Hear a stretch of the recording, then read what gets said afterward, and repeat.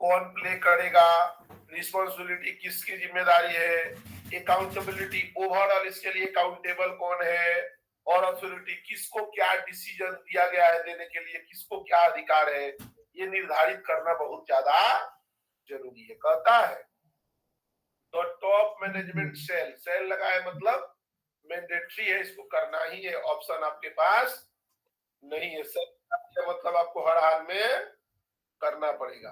बात समझ में आ रही है? यस। तो कहता है top management shall ensure that the responsibility and authority for relevant role within the OHS management system are assigned and communicated to all levels within the organization and maintained as a documented information। मतलब management की जिम्मेदारी है कि role, responsibility, authority decide करे किसकी क्या जिम्मेदारी है, किसको क्या अधिकार है, और यह किसकी बात हो रही है, ओएचएस मैनेजमेंट सिस्टम से रिलेटेड, और यह करने के बाद लोगों को कम्युनिकेट भी करे कि भाई इनकी ये जिम्मेदारी है, और वो प्लस में डॉक्यूमेंटेड हो, राइटिंग में। वैसा नहीं हो क्या बोल दिया कुछ और, कल बोल दिया कुछ और, तो राइटिंग में होना चाहिए। Worker at each level of the organisation shall, देखो, assume responsibility for those aspects of the OHS management system over which they have control। Simple सी बात है कि आपके प्लांट में जो काम हो रहा है, तो वर्कर जो है प्रत्येक लेवल के जो वर्कर हो, चाहे हाउस कीपिंग वाले हो, चाहे मिडिल मैनेजमेंट के हो, चाहे टॉप मैनेजमेंट, उनको पता होना चाहिए कि हमारी क्या जिम्मेदारी है, और हमारी जो जिम्मेदारी है उसमें हम क्या प्ले कर रहे हैं, और हम इसको फॉलो नहीं करेंगे तो क्या इफेक्ट्स होगा हमारे ऊपर, ये उनको बहुत अच्छे से पता होना चाहिए, और उसको प्ले करें। While responsibility and authority can be assigned, ultimately top management is still accountable for the functioning of the OHS management system। ये नोट में जो लिखा है बहुत बड़ा वर्ड है। कहता है कि भले सेफ्टी की जिम्मेदारी सभी लोगों को दे दिया, लेकिन फाइनली कौन जिम्मेदार है?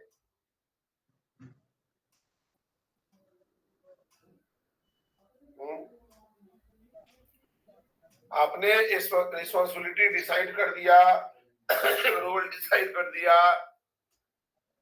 ऑथोरिटी डिसाइड कर दिया, लेकिन अल्टीमेटली जिम्मेदार कौन होगा यदि कुछ गड़बड़ होता है तो?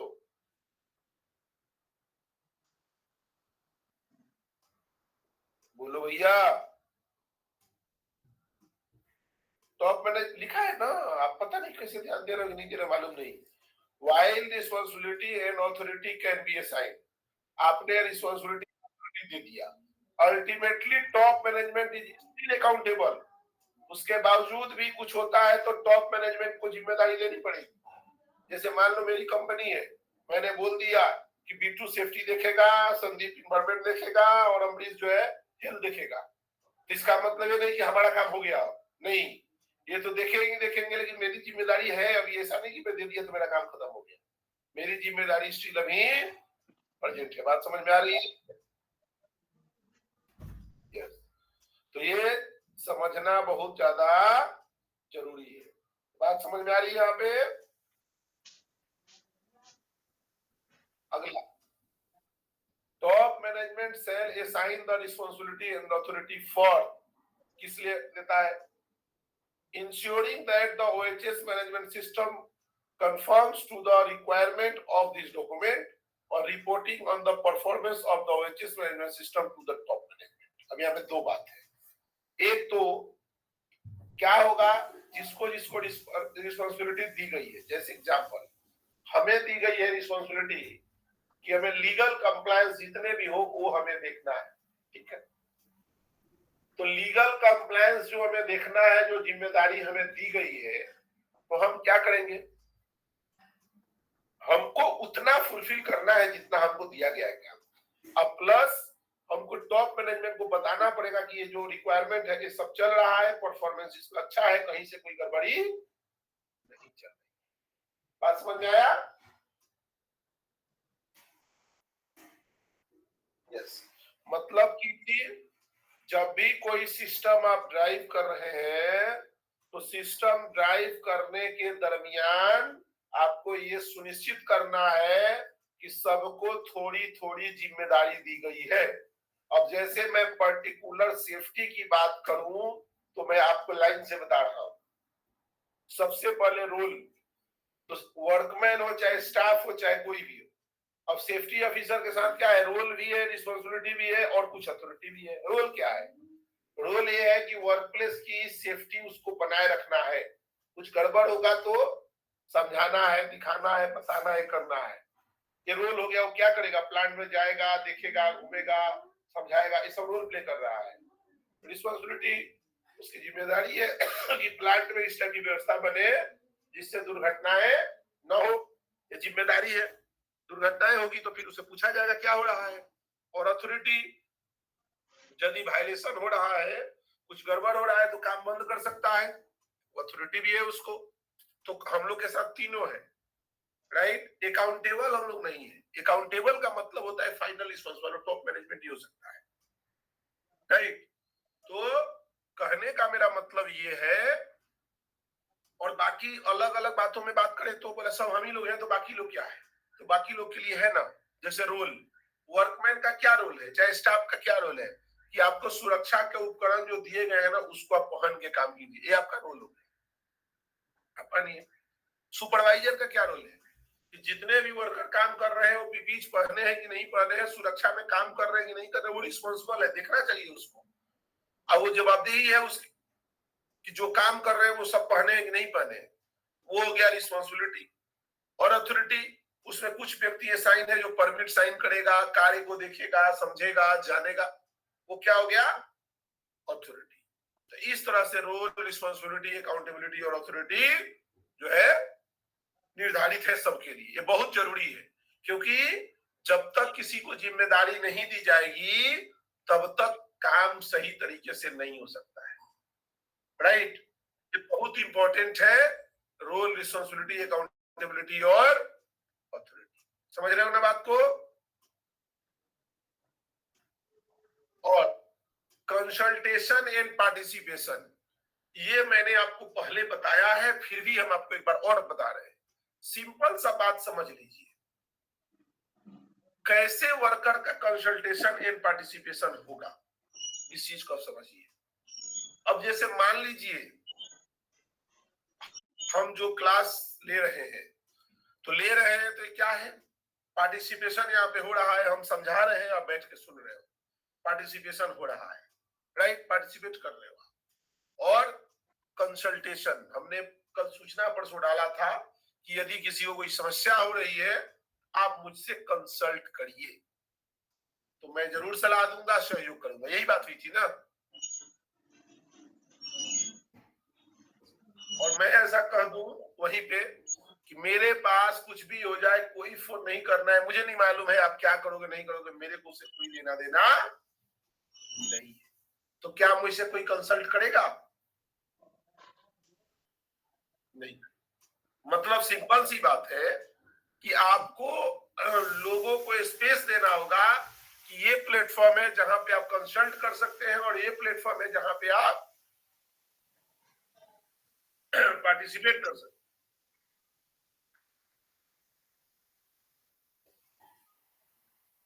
देखिए, अब एक एक आपको समझाएंगे और आप बोलोगे हाँ सर ऐसा करते हैं हम।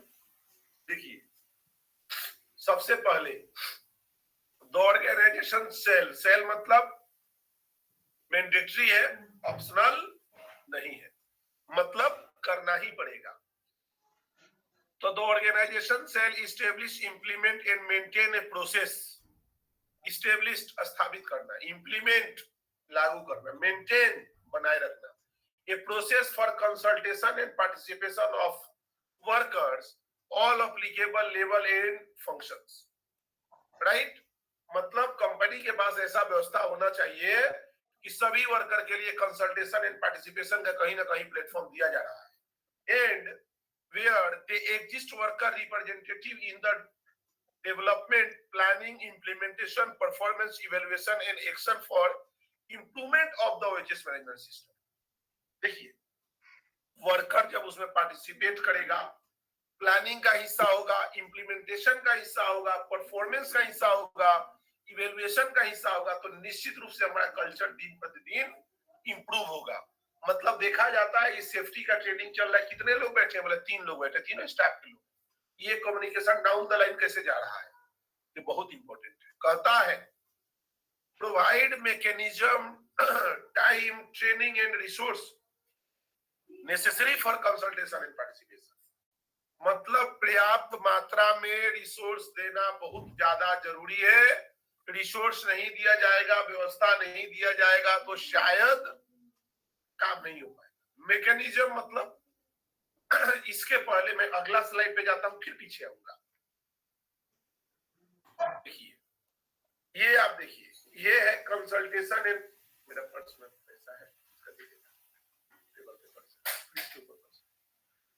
तो यहाँ पे वर्कर कंसल्टेशन एंड पार्टिसिपेशन। इस फोटो को देखिए, फिर बैठ जाएंगे हम लोग। क्या दिख रहा है आपको, कौन बताएगा?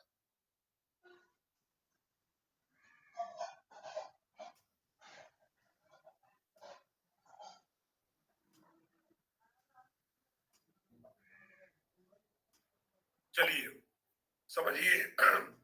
पहले नीचे से देखें तो बहुत सारे लोगों ने हाथ उठाया है कि हम भी हैं। सबसे पहले बीच में दिमाग की बत्ती जलाया गया है। यस, प्लांट में जाओगे ना, बोलोगे ट्रेनिंग करना है, बोलेगा समय नहीं है, बहुत काम का प्रेशर है, चलो चलो चलो काम पे चलो। नहीं, आप ऐसा मैकेनिज्म बनाइए कि जब मौका मिले और उसी में से समय निकाल के ट्रेनिंग भी करना है ना, सिखाना भी है ना लोगों को, तो ऐसा मैकेनिज्म आपके पास होना चाहिए। रिसोर्स, अब ट्रेनिंग कराना है, ना आदमी है ट्रेनिंग देने वाला, ना टीवी है, ना कंप्यूटर है, धूप में खड़ा होकर ट्रेनिंग कौन लेगा जरा बताना। उसको कम से कम एक रूम में बिठाना पड़ेगा। ट्रेनिंग में आया तो कुछ चाय पानी कराना पड़ेगा, तब ना वो इंटरेस्ट से आएगा। क्या बोल रहे हो? बिना चाय पानी का वो नहीं आएगा। और ट्रेनिंग मतलब ट्रेनिंग तो देना ही है, और टाइम, समय भी देना है, तो चारों चाहिए। मैकेनिज्म आप बनाइए, रिसोर्स दीजिए, टाइम दीजिए, ट्रेनिंग दीजिए। और इसमें क्या क्या है देखो, सबसे पहले समय, सेटिंग, दिमाग लगाइए। ये धूप बारिश का फोटो इसलिए है कि मान लीजिए कंस्ट्रक्शन साइट पे काम कर रहे, बहुत तेज बारिश आ गई, तो उसी समय ट्रेनिंग चालू कीजिए ना। आपदा को अवसर बनाइए। ऐसे भी बारिश में काम नहीं होगा तो बैठा कर ट्रेनिंग दीजिए। और आप ये लेंस है, लेंस को लगा कर देखते रहिए कि कब मौका मिल रहा है कि हम ट्रेनिंग लें, कब कैसे क्या करें। जरूरत पड़ी तो पैसा खर्च कीजिए, वो भी करना पड़ेगा। सूचना जाना जरूरी है, नोट जाना जरूरी है, फोटो जाना जरूरी है, पेपर के थ्रू सूचना जाना जरूरी है, राइट। लैपटॉप जरूरी है, मतलब रिफ्रेशर जरूरी है, बहुत सारे सिंबल है, देखिए ना आप अंदर। तो ऐसे ये सब कुछ मिलाओगे तब एक कंसल्टेशन एंड पार्टिसिपेशन हो पाएगा। बात समझ में आ रही है भैया?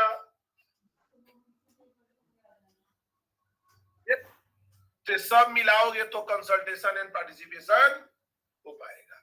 मैं आपको एक निबोस का एग्जामिनेशन का पेपर दिखाना चाहूंगा, और उस पेपर में एक लाइन लिखा हुआ है, मतलब एक सिनारियो है, और उस सिनारियो में जो लिखा हुआ है उससे आप अंदाजा लगाइए कि कंसल्टेशन एंड पार्टिसिपेशन होगा कि नहीं होगा। मैं आपको दिखाने जा रहा हूं, पहले उसको एक बार आप देख लीजिए, उसके बाद हम लोग चर्चा करेंगे। आप ही उसको पढ़ेंगे और पढ़ने के बाद हम आपको उसके बारे में बताएंगे। शायद यहाँ पे पेपर मेरे पास नहीं है, मैं आपको दूसरे लैपटॉप में मैं आपको दिखाऊंगा बाद में। एक मिनट रुक जाओ।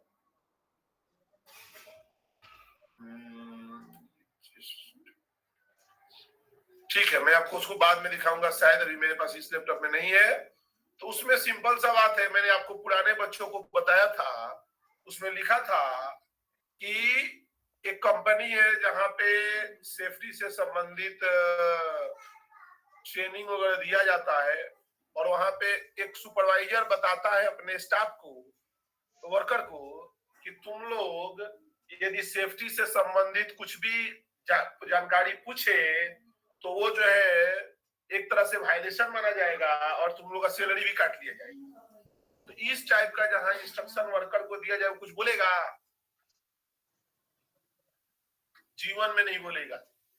तो हमने क्या बोला कि मैकेनिज्म, रिसोर्स, ट्रेनिंग और टाइम, ये चारों लगेगा तब जाके बीच वाला सिनेरियो।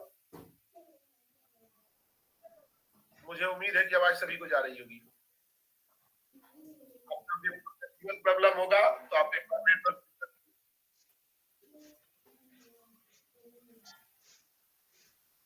आप डिस्टर्ब ना करें, रिकॉर्डेड क्लास हमें कंटिन्यू करने दीजिए, क्योंकि वाईफाई का नेटवर्क है, नेटवर्क कटने का कोई चांस ही नहीं है। आप अपना नेटवर्क ठीक कर लें। तो चलिए देखते हैं, एक बार वापस पीछे आना पड़ेगा। 5.4 हमने बताया था कि आपको कंसल्टेशन एंड पार्टिसिपेशन का फ्रेमवर्क बनाना होगा। तो कहता है provide mechanism, time, training and resource, ये आपको देना पड़ेगा तब होगा। और provide timely access to clear under, ध्यान से समझना, provide timely access to clear understandable and relevant information about the OHS management system. समय पे देखो, provide timely access to clear, समय समय पे एक्सेस करना, ईएचएस रिलेवेंट समस्याओं को समझना, समस्याओं को समझने के बाद उस पे एक्शन लेना, determine and remove obstacles of barrier to participation and minimize those that can be removed। Simple सी बात है, कहता है determine and remove obstacles। obstacles का मतलब क्या हो गया? बाधा, बाधा ही होता है ना। तो कंसल्टेट बाधा या बैरियर, ऑब्स्टकल्स और बैरियर मतलब जो बाधा है या जो अड़ंगा डालते हैं पार्टिसिपेशन इन कंसल्टेशन में, उसको आप रिमूव कीजिए, उसको हटाइए। हट नहीं रहा है तो कम से कम उसको कम कीजिए, यही कह रहा है ना। पहचानिए पहले, determine and remove obstacles and barrier to participation and minimise those that can not be remove. यदि नहीं हट सकता है तो उसको कम से कम कीजिए। अगला, consultation in non managerial worker on the following. Non managerial worker मतलब जो वर्कमैन है, मैनेजमेंट के नहीं है, पढ़े लिखे नहीं है, मतलब पढ़े लिखे नहीं बोल सकते, मतलब ऊपर के नहीं है, स्टाफ में नहीं है, तो उनको कहां कहां हम लोग उनका कंसल्टेशन एंड पार्टिसिपेशन है। तो सबसे पहले needs and expectation of interested party यहाँ पे है। पॉलिसी में उनका इनपुट, मतलब पॉलिसी उनको समझाया जाएगा, बताया जाएगा। रोल रिस्पॉन्सिबिलिटी उनको दी जाएगी, क्या उनकी जिम्मेदारी है। फुलफिल रिक्वायरमेंट, लीगल रिक्वायरमेंट जो फुलफिल करना है, जैसे उनको पीपी चाहिए, ड्रिंकिंग वाटर चाहिए, सब चाहिए, उसमें उनकी involvement. OHS objective and planning, जो कंपनी का ऑब्जेक्टिव है वो सबको पता होना चाहिए कि हमारा क्या ऑब्जेक्टिव है। उसके बाद से control of for outsourcing, procurement and contractors.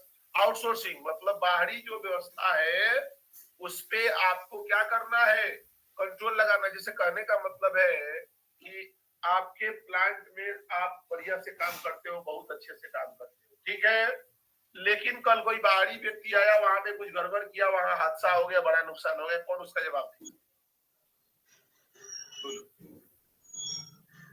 उसका जवाब कौन देगा? तो इसके लिए बाहरी लोगों के पे भी आपका कंट्रोल होना जरूरी है। कहता है monitor, measure and evaluate. Monitor जो हो रहा है उसको लगातार देखना। जैसे कई लोग बताता है हमको कि सर वर्कर को समझाते हैं सुनता नहीं है। भाई यदि एक बार में बताने से वो सुन लेगा तो एक सेफ्टी ऑफिसर 1 लाख आदमी को देख सकता है, नहीं देख सकता है? वो बताने से हमेशा नहीं सुनेगा, सुनेगा नहीं सुनेगा, सुनेगा नहीं सुनेगा, ये होगा। तो हमारा क्या रोल है? लगातार समझाए, देखते रहना, मेजरमेंट करना कि सेफ्टी का स्थिति कहाँ है, अपना इवैल्यूएशन करना, जो हम कर रहे हैं सही कर रहे हैं कि गलत कर रहे हैं। जैसे हम पढ़ाते हैं तो उसके बाद टेस्ट लेते हैं, तो क्या है, टेस्ट लेने के बाद पता चलता है ना कि कौन कितना पढ़ रहा है। यदि मैं पढ़ा रहा हूँ और आप लोग क्लास में 100 लोग जुड़ते हो और 90 लोग जुड़ते हो और 150 नंबर का पेपर पढ़ाने के बाद भेजा और कोई भी छात्र 10 नंबर से ज्यादा नहीं किया, तो 10 नंबर से ज्यादा नहीं किया मतलब कहीं ना कहीं पढ़ाने में त्रुटि है। यस, लेकिन यदि उसी में से कुछ लड़के 50 में 50 कर देते हैं, कुछ 40 कर देते हैं, कुछ 45 कर देते हैं, कुछ 10 करते हैं, तो पढ़ाने में त्रुटि नहीं है। क्योंकि यही पढ़ के कोई लड़का पूरा नंबर ला रहा है, कोई नहीं ला पा रहा है, मतलब पढ़ने वालों में दिक्कत, राइट? या हो सकता है उसको समझ में नहीं आता होगा। तो आपको इवेल्युएशन करना जरूरी है कि जो हो रहा है सही हो रहा है नहीं हो रहा है। Planning, establishing, implementation and maintaining an audit programs, यहाँ भी आप उन लोगों को इन्वॉल्व करोगे। और कंटिन्यूअल इंप्रूवमेंट, लगातार व्यवस्था जहां सुधारना है वहां भी उनका इन्वॉल्वमेंट आप करोगे। बी नंबर, मैकेनिज्म, मतलब आपके यहाँ व्यवस्था में जैसे आप ऐसा कर सकते हो कि हमारे यहाँ एक बॉक्स है, उसमें कोई भी व्यक्ति अपना सजेशन डाल सकता है कि भैया हमको ये दिक्कत है, या टाउन हॉल आप कर सकते हो, मंथ में एक बार सबको बुला सकते हो कि जिसकी जो समस्याएं हैं आप रेस कीजिए, उसके बारे में हम लोग जो भी है करेंगे। तो इस तरह से कोई प्लेटफॉर्म दे सकते हो, या ऐसा कर सकते हो कि शनिवार को 12 से 2 या 12 से 1 घंटा आपकी समस्याएं सुनी जाएगी, आप वहां जाके बता सकते हो। तो मतलब उसको कोई ना कोई प्लेटफॉर्म देना पड़ेगा, मैकेनिज्म बताना पड़ेगा ताकि वो पार्टिसिपेट करे। Hazard and assessing risk and opportunity, जब हीरा बनाने जाओगे तो उसमें वर्कर का इन्वॉल्वमेंट 100% जरूरी है, क्योंकि वही सही बात बताता है कि इस पर्टिकुलर काम में क्या खतरा है और इसे कैसे बचा जाता है, वही सही बात बताता है। अगला, determining competence requirement, training needs, training and evaluation training. देखो, ट्रेनिंग जो देना होता है ना, तो ट्रेनिंग के बारे में थोड़ा सा हम आपको बताएंगे कि ट्रेनिंग में सबसे पहले, मान लो ट्रेनिंग कराना है तब क्या करोगे, प्रश्न है मेरा। यहाँ पे लिखा है ना, determining competence requirement, training needs, training and evaluation training, evaluating training 7.2 पढ़ना है आगे। तो ट्रेनिंग आपको करना है तो कैसे करोगे ट्रेनिंग, क्या करोगे आप, क्या दिमाग में आपके चलेगा? मान लो ट्रेनिंग कहीं शुरू करना है किसी कंपनी, तो कैसा चलेगा?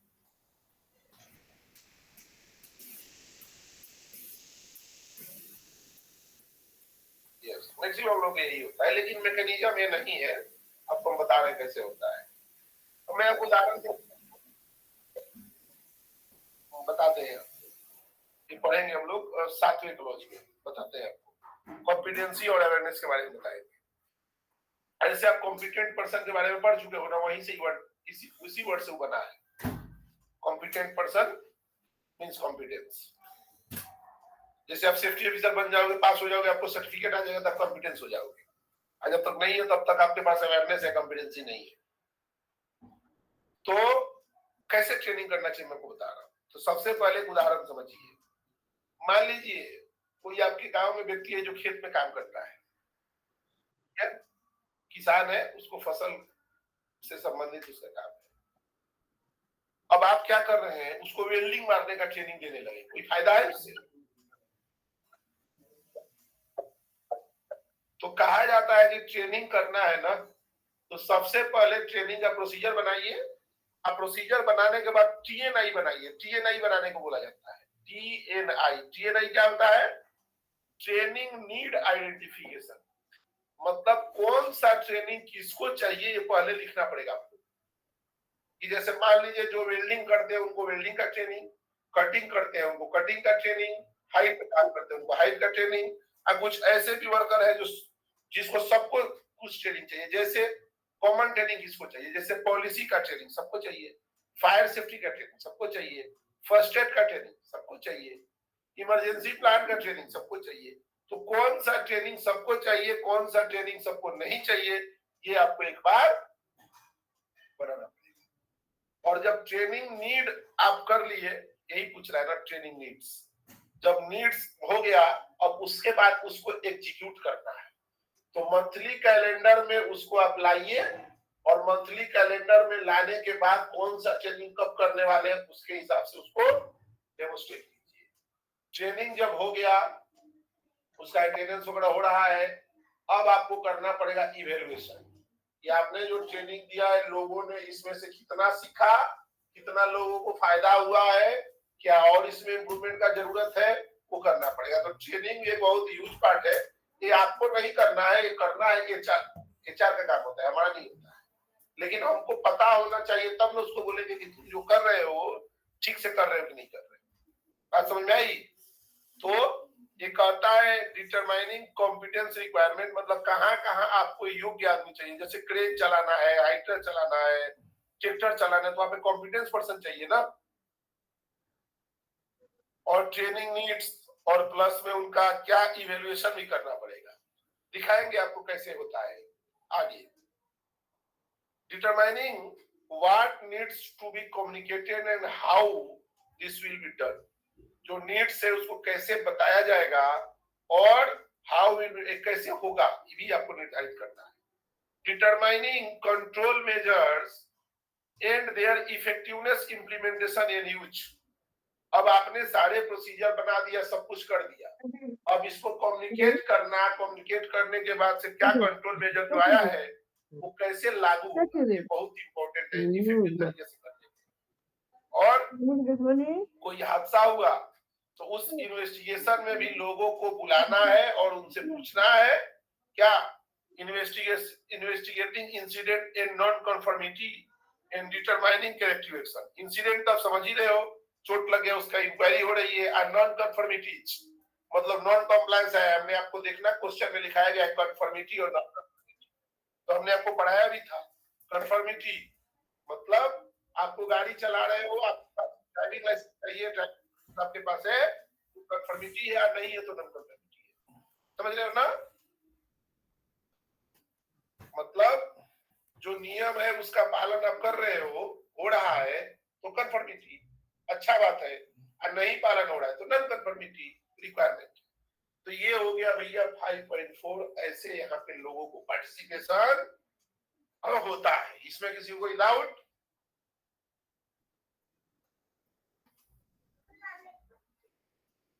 बोलो।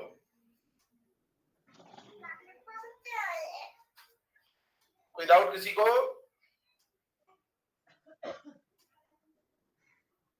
No doubt. मतलब अगले क्लॉज में चला जाए। अगला क्लॉज है क्लॉज नंबर 6। ये तो हम आपको पढ़ा दिए, पहले ही दिखा दिए कि ये मैकेनिज्म बनाना बहुत जरूरी है, नहीं तो क्या होगा मालूम है? ये क्यों इसकी बात हम कर रहे हैं, इसलिए कर रहे हैं कि आप जब लोगों से बात करोगे ना, बता बहुत काम का प्रेशर है, आदमी कहाँ खाली है, सब काम में लगा हुआ है। अभी ट्रेनिंग होगा तो प्लांट में काम कब होगा भैया? प्लांट में काम भी होगा और ट्रेनिंग भी होगा, सब करना है। समझ रहे हो ना? तो इन चीजों को आपको ध्यान देने की आवश्यकता है। चलिए अब है क्लॉज नंबर 6 प्लानिंग। अभी तक क्या पढ़ लिए? यदि हम 5 में बात करें तो कोई पूछता है, मैं विद्यार्थी हूं तो मैं बोलूंगा अभी तक 5 क्लॉज पढ़े। क्या क्या? सबसे पहला पढ़े स्कोप। स्कोप क्या है? Occupational health and safety. दूसरा क्लॉज क्या पढ़े? Normative reference. इसका कोई भी रेफरेंस नहीं है, जो है यही है। तीसरा टर्म्स एंड डिफिनिशंस। टोटल 37 डिफिनिशंस है, टर्म्स एंड डिफिनिशंस, उसको पढ़ लिए। चौथा क्या पढ़े? चौथा पढ़े कॉन्टेक्स्ट ऑफ ऑर्गेनाइजेशन। तो कॉन्टेक्स्ट ऑफ ऑर्गेनाइजेशन में क्या पढ़े? सबसे पहले पढ़े अंडरस्टैंडिंग अबाउट इट्स कॉन्टेक्स्ट, यानी इंटरनल एंड एक्सटर्नल इशू, सीधा बोल सकते हैं क्लॉज नंबर 1। 2 में क्या पढ़े? 4.2 में needs and expectation of interested party. Clause number 3 में क्या पढ़े? स्कोप। और क्लॉज नंबर 4 में क्या पढ़े? Management system. यही पढ़े ना? और क्लॉज नंबर 5, तो क्लॉज नंबर 5 में लीडरशिप एंड वर्कर पार्टिसिपेशन। तो सबसे पहला क्या था? Leadership and commitment. दूसरा क्या था? OHS policy. तीसरा क्या था? Role responsibility and authority. और चौथा क्या था? Consultation and participation. इतने ही पढ़े हैं ना अभी तक भैया? तो जैसे मैं बोला हूं ना वैसे ही आपको भी बोलना पड़ेगा, मजा आ जाएगा। तो थोड़ा जोर लगाओ और समझने का प्रयास करो। मैं देख के नहीं बोल रहा हूं, याद हो जाएगा आपको बोलते बोलते। चलिए अब अगला है छुआ। भैया इसका लंबा चौड़ा परिवार है, आप देख लो, है ना? परिवार लंबा है लेकिन बहुत काम का क्लॉज है, बहुत इंटरेस्टिंग क्लॉज है। देखिए मैं आपको कहता हूं कि हीरा बनाना, हीरा क्यों बनाना है? नहीं बनाएंगे तो नहीं चलेगा। बोलो। मैं उदाहरण दे रहा हूं, हीरा बनाना है, नहीं बनाएंगे तो नहीं चलेगा।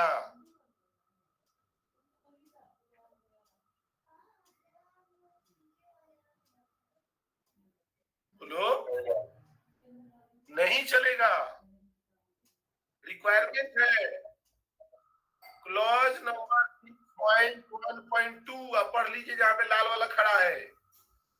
Clause number 6.1.2 hazard identification and assessment of risk and opportunity. यदि आपने किसी एक्टिविटी का हीरा नहीं बनाया है तो आपके खिलाफ कार्रवाई हो सकती है कि आपने रिस्क असेसमेंट क्यों नहीं किया है। ये रिक्वायरमेंट है क्लॉज नंबर 6.1.2 का। लीगल रिक्वायरमेंट है कि आपके पास जितना भी एक्टिविटी चल रही है सबका आप रिस्क असेसमेंट करिए।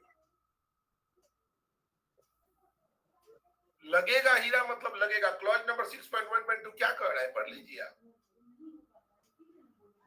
क्लॉज नंबर 6.1.2 क्या कर रहा है, पढ़ लीजिए।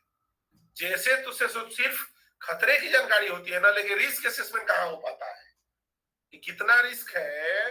अब जैसे कहने का मतलब है, मैं क्या बोल रहा हूं कि आपने जैसे बनाया, वर्केट हाइट का जैसे बना लिया, जैसे में आपने लिख दिया कि हमारे यहाँ फॉल ऑफ हाइट का रिस्क है, और हमने उसको फुल बॉडी हार्नेस दे दिया है और लगा दिया है और चढ़ के काम करता है, हो गया। अरे भाई, जो फुल बॉडी हार्नेस दिया है वो कैसा है, जो आदमी को लगाया है क्या उसको ट्रेनिंग है क्या, जो प्लेटफॉर्म बनाया वो सही बना है क्या, ये सब बात कंसीडर करना पड़ेगा। बना है तो कितना सही बना है उसका तो रिस्क असेसमेंट करना ही पड़ेगा। बात समझ में आ रही है।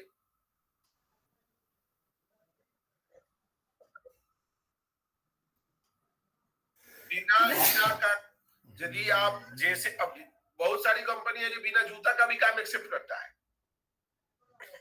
एक मैं ट्रांसमिशन लाइन की कंपनी का नाम बता रहा हूं, नाम है श्यामा पावर।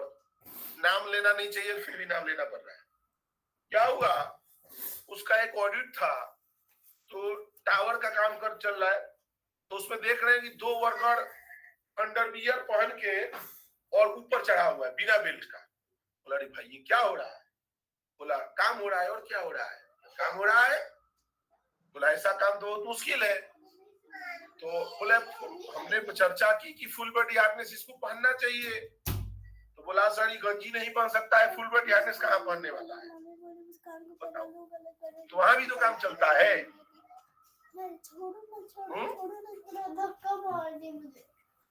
बात समझ आ रही नहीं आ रही है, क्यों हुआ, बहुत सारे कंपनियों को सेफ्टी से कोई लेना देना नहीं है।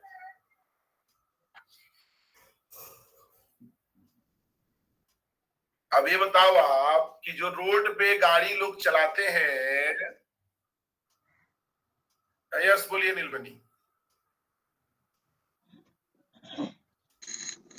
Yes sir.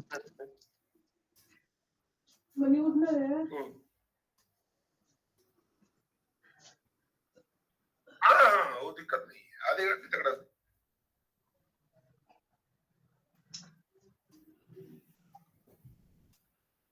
देखिए आपके पास जो भी अप्रोच है ना, वो अप्रोच लगा के उसको उतारना पड़ेगा, जो आपके पास अप्रोच है।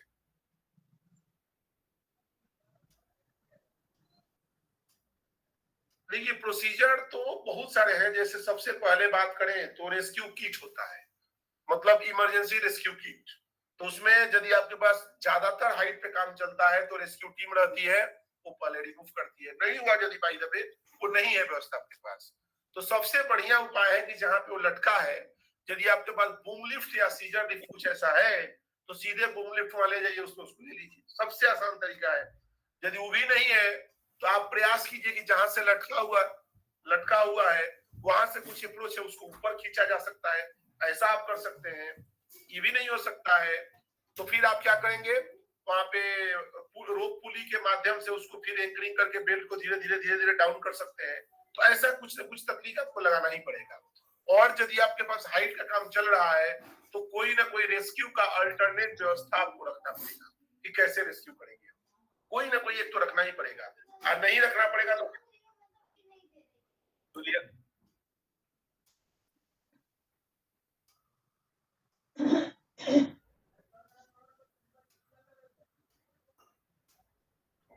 नहीं, उससे नहीं खींच सकते। उसमें क्या होता है ना, पीछे जो हुक होता है ना, उसमें फंसा के खींचने के लिए बोला, उसको छेड़ने नहीं बोला जाता है। वो तो एक प्रोटेक्शन है, आप एडिशनल एक उसमें सपोर्ट देके कीजिए ताकि आपका सपोर्ट भी कुछ फिसले कुछ गड़बड़ हो तो वो एक तो ऑलरेडी सपोर्ट पे है ना, तो उस सपोर्ट का इस्तेमाल नहीं करते हम लोग। जो पीछे डी हुक होता है उससे ही हम लोग लेते हैं, और नहीं तो सामने चेस्ट हुक है, सामने से ले लीजिए जो दोनों में आपको सूटेबल बने, इसीलिए सामने भी रहता है पीछे भी रहता है। हाँ, तो चलिए हम लोग देखते हैं इसको, इसके बारे में थोड़ा सा हम जानकारी देते हैं। यहाँ पे देखिए लिखा हुआ है प्लानिंग। प्लानिंग में क्या है? प्लानिंग में दो परिवार है, एक है action to address risk and opportunity और दूसरा है OHS objective and planning to achieve them. दो बात है।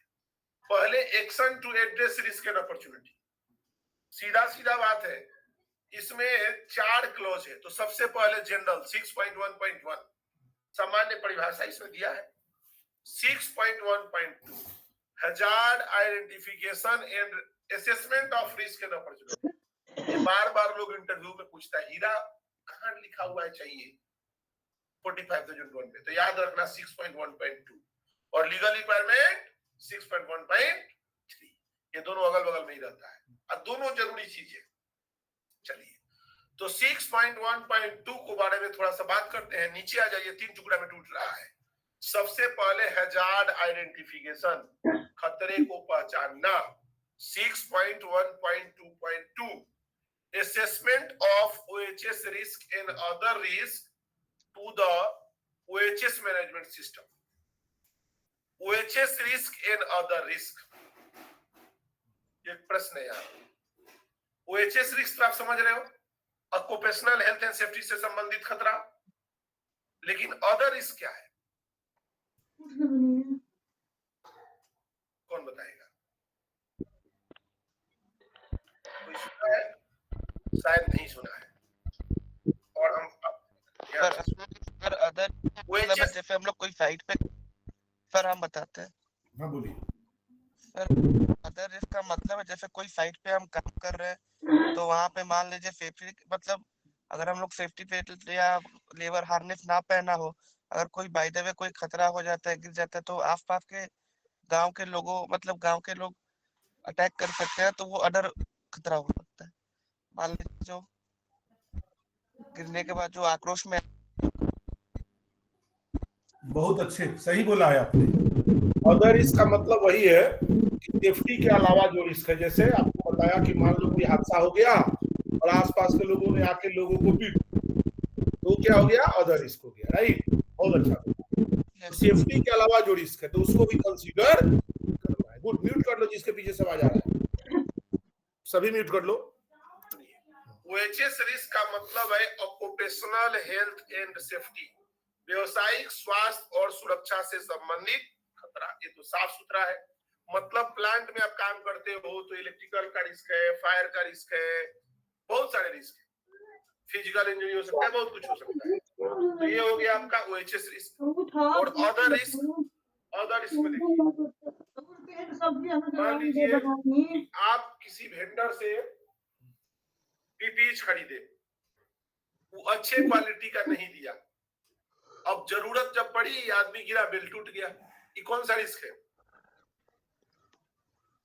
Other risk. वेंडर के थ्रू मामला है, उसको भी कंसीडर करना पड़ेगा। और आप जिस कम्युनिटी में रहते हो, जहां पे आपका प्लांट है, वहां पे कुछ हादसा हुआ, और हादसा हुआ तो कई बार क्या होता है कि गांव के लोगों ने आकर के मारा, सबको बुरी तरह से पीटा, ये कौन सा रिस्क है? सर अदर रिस्क, हुआ तो सेफ्टी से ही है ना, रिस्क है अदर। इस तरह से आप सब रिस्क को भी असेसमेंट करना पड़ेगा कि हमारे पास अदर रिस्क कौन कौन से हैं जो हमको इंपेक्टेड कर सकते हैं। आपका हाईवे पे आप काम कर रहे हो, रोड प्रोजेक्ट में आप सब ठीक कर रहे हैं, सामने से आगे कोई गाड़ी हिट कर दिया, ये कौन सा रिस्क है? Other risk. Other risk, other risk है ना? तो अदर रिस्क को भी आपको एसेस करना पड़ेगा, कौन कौन से हमारे पास अदर रिस्क है। बात समझ में आ रही है?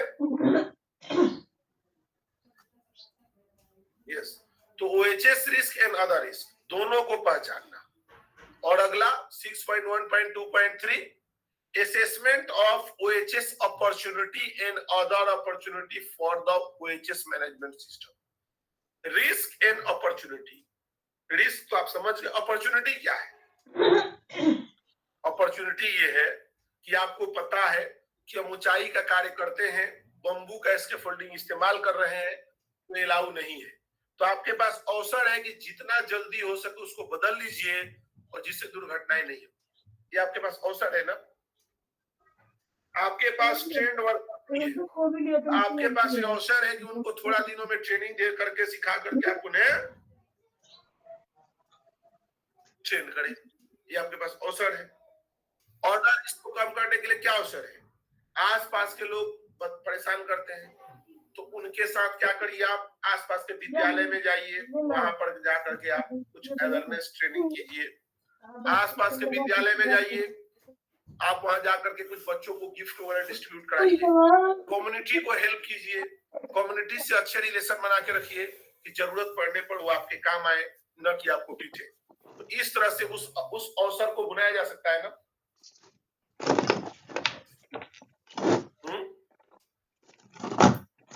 बोलो।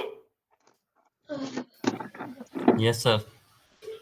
तो कंपनी की जिम्मेदारी है कि रिस्क असेसमेंट करना, अदर रिस्क और OHS दोनों को पहचानना और अपॉर्चुनिटी एंड अदर अपॉर्चुनिटी दोनों को पहचानना। तो इसके बारे में विस्तार से आगे पढ़ने वाले हैं।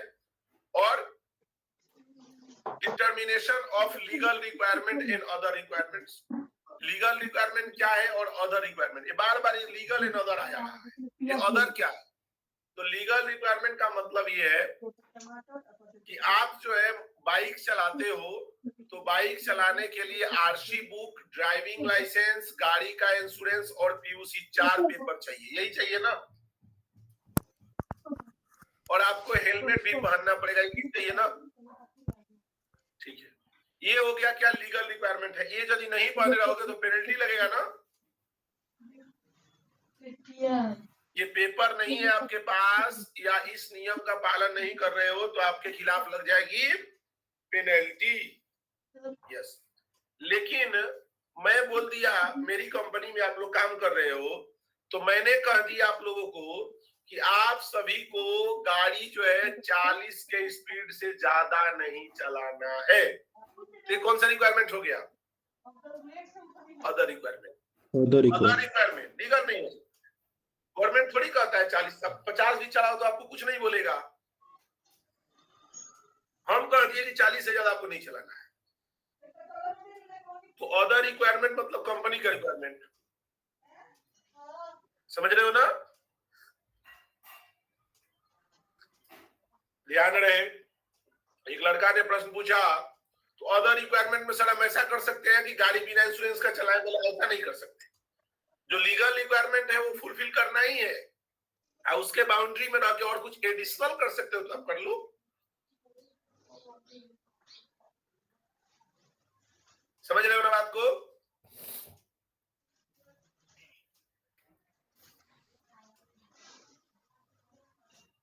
बोलो भैया। यस, तो अदर रिक्वायरमेंट कंपनी का रिक्वायरमेंट। और आप सुनो, जैसे कंपनी है हिंदुस्तान यूनिलीवर चाहे गोदरेज है, उसने गाड़ी में स्पीड गवर्नेंस लगा दिया है। स्पीड गवर्नेंस क्या काम करता है कि गाड़ी 60 के ऊपर स्पीड में जाएगी नहीं, कुछ तो कितना भी कर लो। ये कौन सा रिक्वायरमेंट है?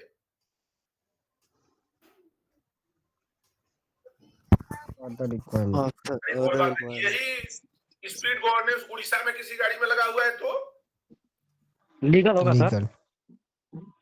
लीगल होगा। लीगल बोलो, लीगल क्यों बोल दिया भाई? संजय ने बोल दिया लीगल है जी। क्यों बोला? क्योंकि सर वो स्टेट का क्योंकि उड़ीसा गवर्नमेंट ने मैंडेटरी किया है कि कंपनी के गाड़ियों में जीप क्या बोलते हैं स्पीड गवर्नेंस लगा होना चाहिए। उड़ीसा गवर्नमेंट का रूल में आया है, तब लीगल हो जाएगा। इसीलिए मैं उड़ीसा का नाम लिया ना। उड़ीसा गवर्नमेंट का प्रोसीजर है कि जो गाड़ियां कंपनी में चलेगी उसमें स्पीड गवर्नेंस और क्या बोलते हैं जीपीएस सिस्टम लगा होना चाहिए और वो गाड़ी 60 से स्पीड में ज्यादा नहीं चले, वो स्पीड गवर्नेंस काम करे। ये उड़ीसा गवर्नमेंट के प्रोसीजर में, तो ये क्या हो जाएगा, लीगल रिक्वायरमेंट हो जाएगी। तो ये तो इलीगल रिक्वायरमेंट हो जाएगा। ये सिर्फ कंपनी की गाड़ियों के लिए है, बाकी गाड़ियों के लिए नहीं है, ध्यान रहे, प्राइवेट गाड़ियों के लिए नहीं है, only for company vehicles, right. ये मतलब जो कंपनी गाड़ी तो 60 के से लिए ज्यादा है नहीं वो चलाएगा। मतलब वो लीगल रिक्वायरमेंट है। बिल्कुल सही बोला आपने, तो लीगल आपने सही बोला। और उसके बाद है 6.1.4 प्लानिंग एक्शन।